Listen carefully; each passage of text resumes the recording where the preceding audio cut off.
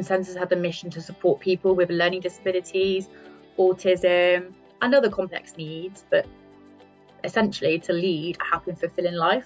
Ultimately, whatever we do within the organisation needs to impact positively on the people we support.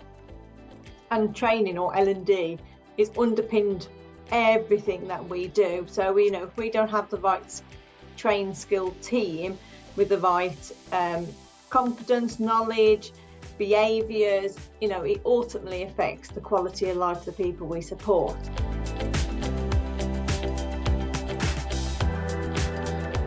The driving force was to really, professionalise kind of what we do and showcase that actually we're not just a traditional care service.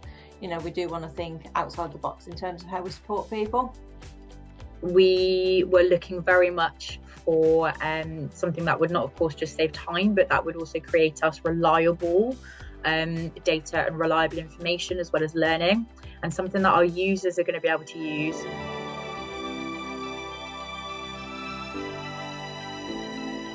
There's a greater visibility of what's required, what's needed, and what we can do. There's a lot more time now that can be used as well, actually using the learning and the training. But the blended approach is a really great way of giving people that little bit of bite-sized information they might need before they come to a training session, to then expand and elaborate and develop on that, their knowledge, and then continue that again moving forward. We went out to everybody and had a very person-centered approach to the way that we did the system implementation as well.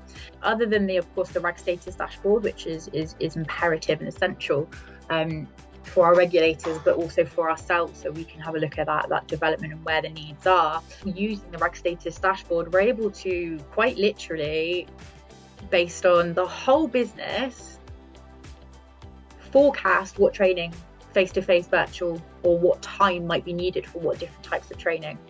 So with that dashboard, we're able now to quite literally annually project, well, this is the amount of training that we're going to need to deliver, and in these different regions or these different areas, based on what data we have on that RAG status dashboard.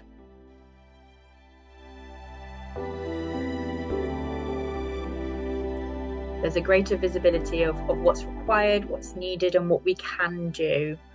There's a lot more time now that can be used as well, actually using the learning and the training at hand. The regional trainers themselves have a lot less admin as well. When it comes to their courses, they can put their course on the training calendar and everyone's aware of it. It's as simple as that.